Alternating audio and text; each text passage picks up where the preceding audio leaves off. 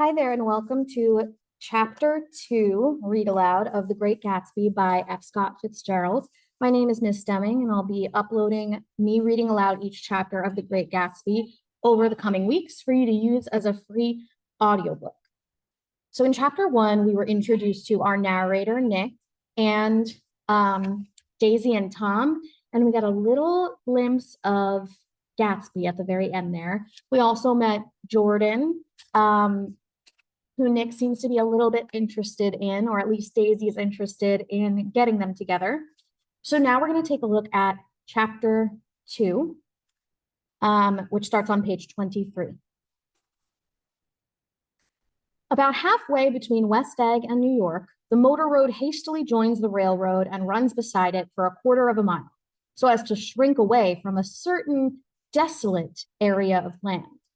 This is a valley of ashes, a fantastic farm where ashes grow like wheat into ridges and hills.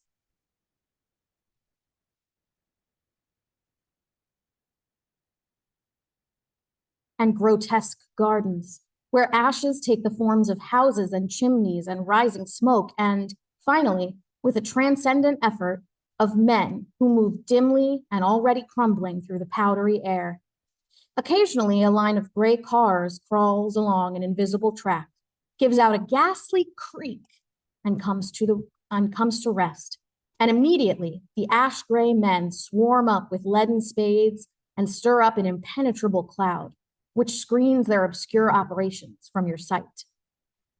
But above the gray land and the spasms of bleak dust which drift endlessly over it, you perceive, after a moment, the eyes of Dr. T.J. Eckelberg. The eyes of Dr. T.J. Eckelberg are blue and gigantic. Their retinas are 1 yard high. They look out of no face, but instead from a pair of enormous yellow spectacles which pass over a non-existent nose. Evidently, some wild wag of an oculist set them there to fatten his practice in the borough of Queens, and then sank down himself into eternal blindness, or forgot them and moved away. But his eyes, dimmed a little by many paintless days under sun and rain, brood on over the solemn dumping ground. The Valley of Ashes is bounded on one side by a small, foul river, and when the drawbridge is up to let barges through, the passengers on waiting trains can stare at the dismal scene for as long as half an hour. There is always a halt there of at least a minute, and it was because of this that I first met Tom Buchanan's mistress. The fact that he had one was insisted upon wherever he was known. His acquaintances resented the fact that he turned up in popular restaurants with her and, leaving her at a table, sauntered about, chatting with whomsoever he knew. Though I was curious to see her, I had no desire to meet her, but I did. I went up to New York with Tom on the train one afternoon, and when we stopped by the ash heaps, he jumped to his feet and, taking hold of my elbow, literally forced me from the car. "We're getting off," he insisted. "I want you to meet my girl." I think he'd tanked up a good deal at luncheon, and his determination to have my company bordered on violence. The supercilious assumption was that on Sunday afternoon, I had nothing better to do. I followed him over a low, whitewashed railroad fence, and we walked back 100 yards along the road under Dr. Eckelberg's persistent stare. The only building in sight was a small block of yellow brick sitting on the edge of the wasteland, a sort of compact Main Street ministering to it, and contiguous to absolutely nothing. One of the 3 shops it contained was for rent, and another was an all-night restaurant, approached by a trail of ashes. The third was a garage. Repairs. George B. Wilson, cars bought and sold. And I followed Tom inside. The interior was unprosperous and bare. The only car visible was the dust-covered wreck of a Ford, which crouched in a dim corner. It had occurred to me that this shadow of a garage must be a blind, and that sumptuous and romantic apartments were concealed overhead, when the proprietor himself appeared in the door of an office, wiping his hands on a piece of waste. He was a blond, spiritless man, anemic and faintly handsome. When he saw us, a damp gleam of hope sprang into his light blue eyes. "Hello, Wilson, old man," said Tom, slapping him jovially on the shoulder. "How's business?" I can't complain, answered Wilson unconvincingly. When are you going to sell me that car? Next week. I got my man working on it now. Works pretty slow, don't he? No, he doesn't, said Tom coldly. And if you feel that way about it, maybe I'd better sell it somewhere else after all. I don't mean that, explained Wilson quickly. I just meant... His voice faded off, and Tom glanced impatiently around the garage. Then I heard footsteps on the stairs, and in a moment, the thickish figure of a woman blocked out the light from the office door. She was in the middle 30s and faintly stout, but she carried her surplus flesh sensuously, as some women can. Her face, above a spotted dress of dark blue crepe de chine, contained no facet or gleam of beauty, but there was an immediately perceptible vitality about her, as if the nerves of her body were continually smoldering. She smiled slowly and, walking through her husband as if he were a ghost, shook hands with Tom, looking him flush in the eye. Then she wet her lips and, without turning around, spoke to her husband in a soft, hoarse voice. Get some chairs, why don't you, so somebody can sit down. Oh, sure, agreed Wilson hurriedly, and went toward the little office, mingling immediately with the cement color of the walls. A white ashen dust veiled his dark suit, and his pale hair as it veiled everything in the vicinity, except his wife, who moved close to Tom. I want to see you, said Tom intently. Get on the next train. All right. I'll meet you by the newsstand on the lower level. She nodded and moved away from him just as George Wilson emerged with 2 chairs from his office door. We waited for her down the road and out of sight. It was a few days before the 4th of July, and a gray, scrawny Italian child was setting torpedoes in a row along the railroad track. Terrible place, isn't it? Said Tom, exchanging a frown with Dr. Eckelberg. Awful. It does her good to get away. Doesn't her husband object? Wilson? He thinks she goes to see her sister in New York. He's so dumb he doesn't know he's alive. So Tom Buchanan and his girl and I went up together to New York. Or not quite together, for Mrs. Wilson sat discreetly in another car. Tom deferred that much to the sensibilities of those East Eggers who might be on the train. She had changed her dress to a brown figured muslin, which stretched tight over her rather wide hips as Tom helped her to the platform in New York. At the newsstand, she bought a copy of Town Tattle and a moving picture magazine, and in the station drugstore, some cold cream and a small flask of perfume. Upstairs, in the solemn echoing drive, she let 4 taxicabs drive away before she selected a new one, lavender-colored with gray upholstery. And in this, we slid out from the mass of the station into the glowing sunshine. But immediately she turned sharply from the window and, leaning forward, tapped on the front glass. I want to get one of those dogs, she said earnestly. I want to get one for the apartment. They're nice to have, a dog. We backed up to a gray old man who bore an absurd resemblance to John D. Rockefeller. In a basket swung from his neck cowered a dozen very recent puppies of an indeterminate breed. What kind are they? Asked Mrs. Wilson eagerly as he came to the taxi window. All kinds. What kind do you want, lady?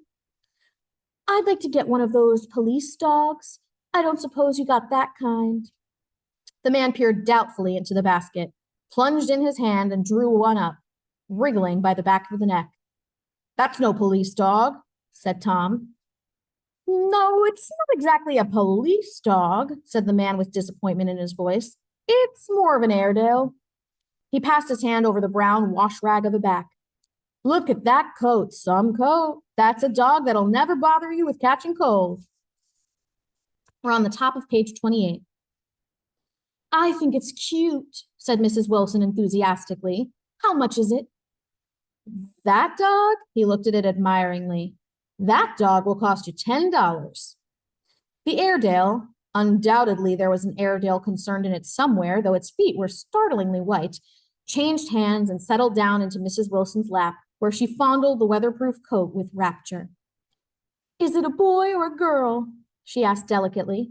That dog? That dog's a boy. It's a bitch, said Tom decisively. Here's your money. Go and buy 10 more dogs with it. We drove over to Fifth Avenue, so warm and soft, almost pastoral, on the summer Sunday afternoon that I wouldn't have been surprised to see a great flock of white sheep turn the corner. Hold on, I said. I have to leave you here. No, you don't, interposed Tom quickly. Myrtle will be hurt if you don't come up to the apartment, won't you, Myrtle? Come on, she urged. I'll telephone my sister Catherine. She's said to be very beautiful by people who ought to know. Well, I'd like to, but we went on, cutting back again over the park toward the West Hundreds. At 158th Street, the cab stopped at one slice in a long white cake of apartment houses. Throwing a regal homecoming glance around the neighborhood, Mrs. Wilson gathered up her dog and her other purchases and went haughtily in. I'm going to have the McKees come up, she announced as we rose in the elevator. And of course, I gotta call up my sister, too.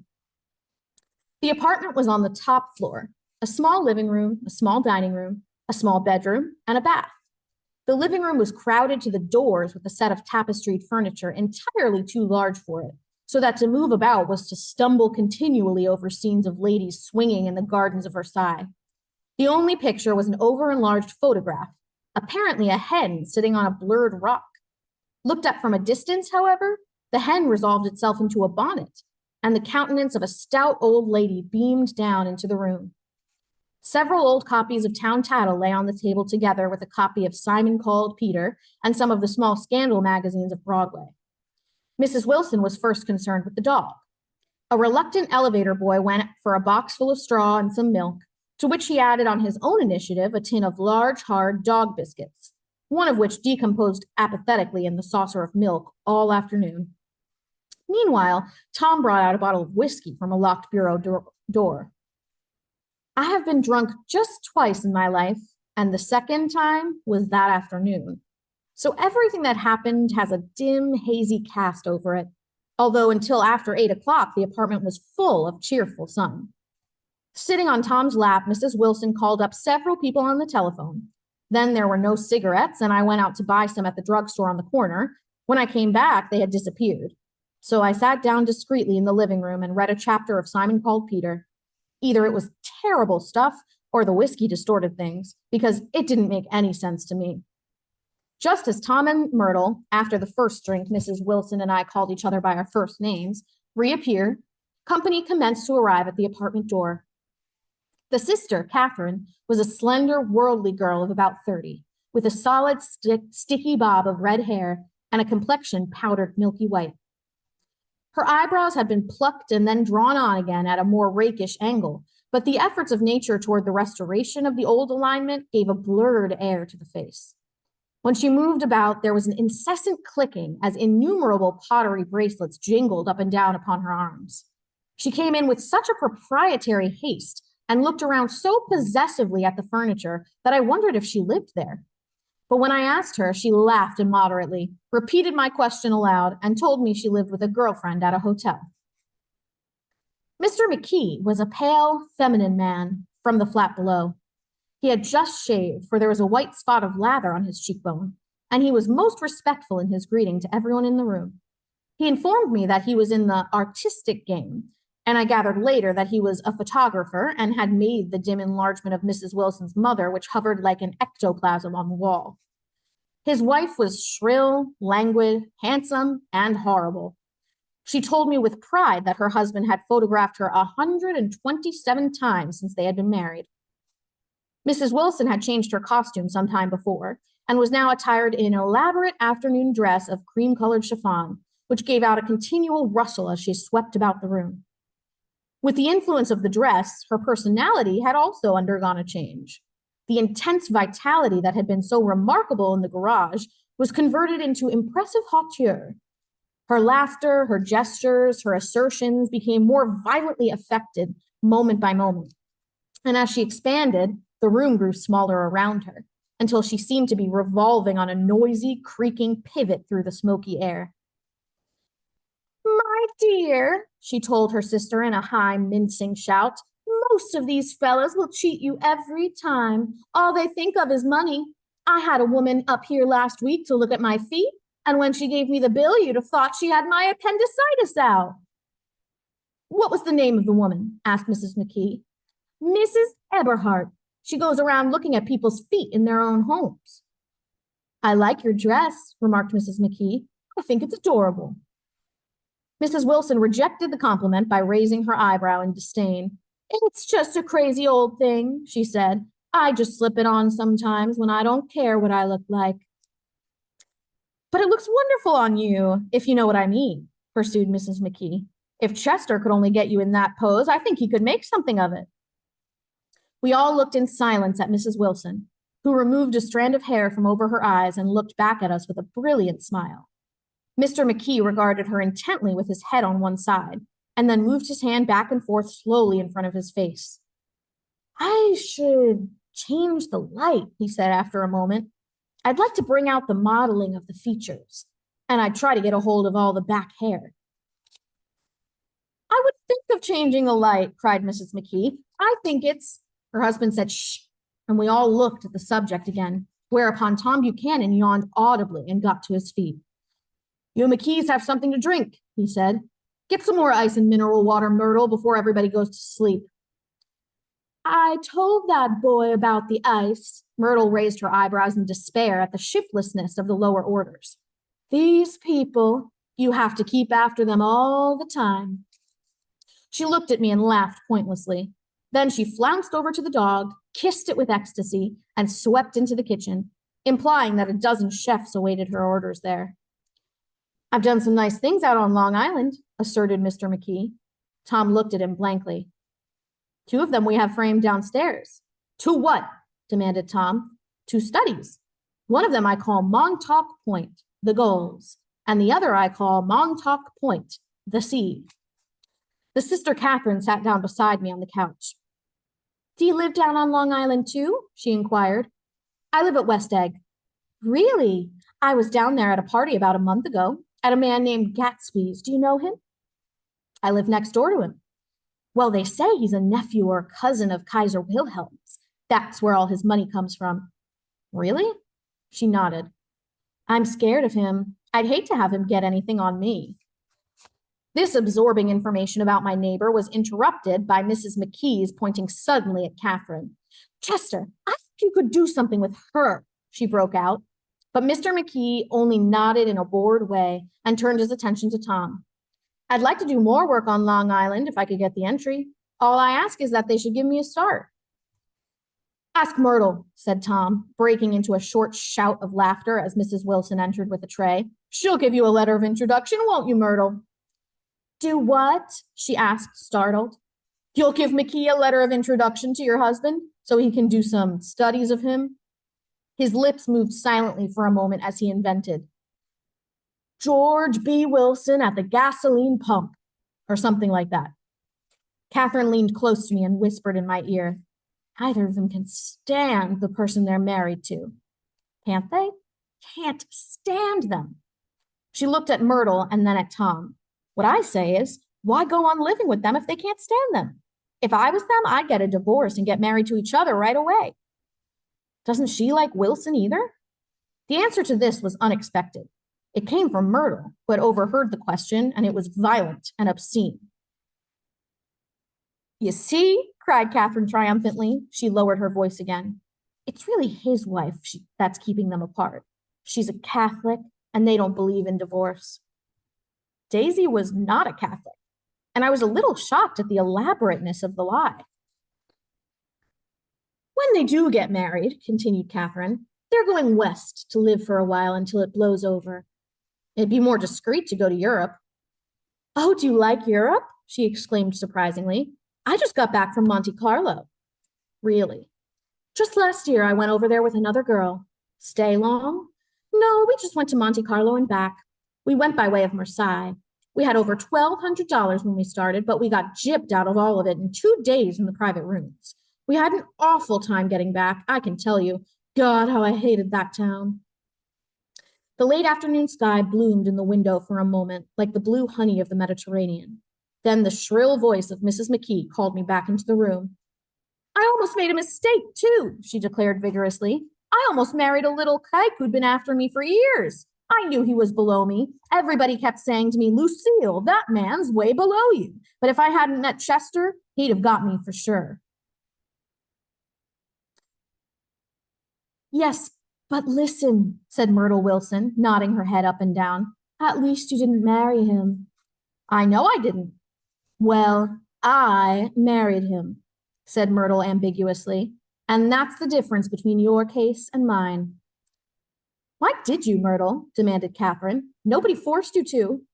Myrtle considered. I married him because I thought he was a gentleman, she said finally. I thought he knew something about breeding, but he wasn't fit to lick my shoe. You were crazy about him for a while, said Catherine. Crazy about him, cried Myrtle incredulously. Who said I was crazy about him? I never was any more crazy about him than I was about that man there. She pointed suddenly at me, and everyone looked at me accusingly. I tried to show by my expression that I had played no part in her past. The only crazy I was when I married him. I knew right away I made a mistake.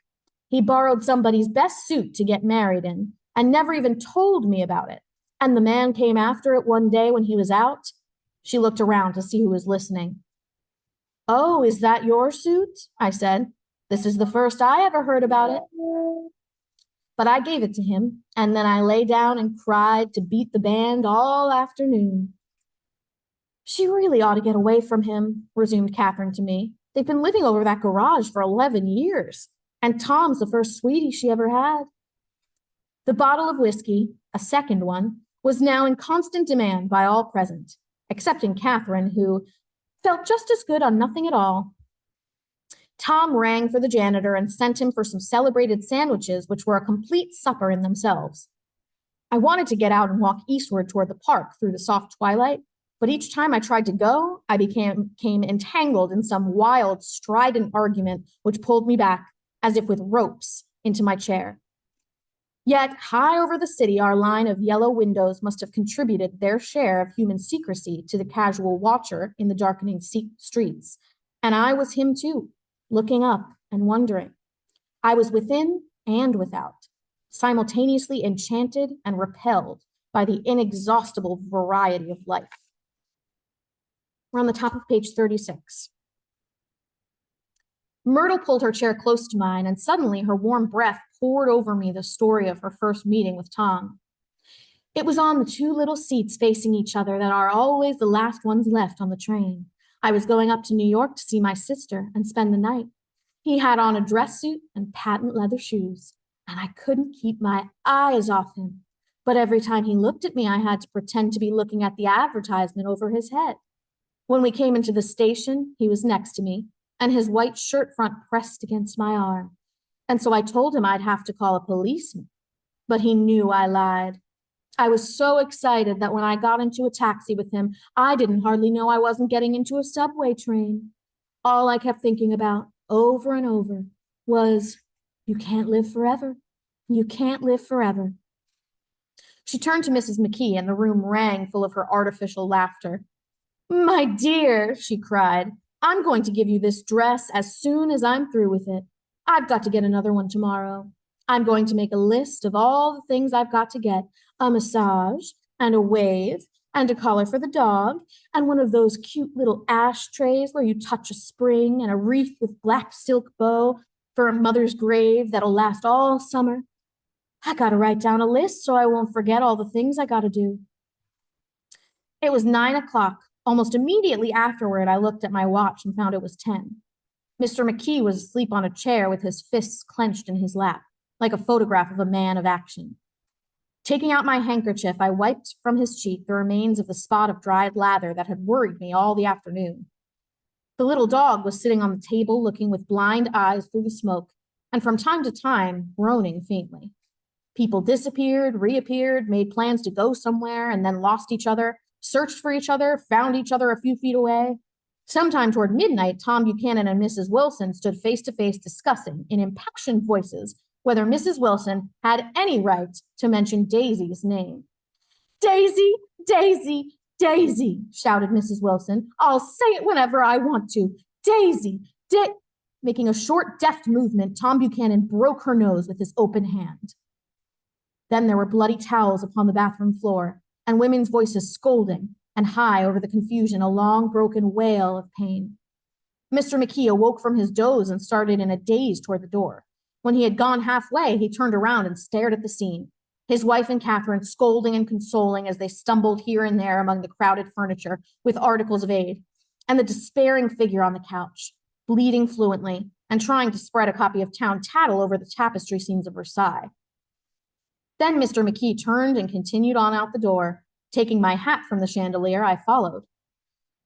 Come to lunch someday, he suggested as we groaned down in the elevator. Where? Anywhere? Keep your hands off the lever, snapped the elevator boy. I beg your pardon, said Mr. McKee with dignity. I didn't know I was touching it. All right, I agreed. I'd be glad to. I was standing beside his bed, and he was sitting up between the sheets, clad in his underwear, with a great portfolio in his hands. Beauty and the Beast, Loneliness, Old Grocery Horse, Brook and Bridge.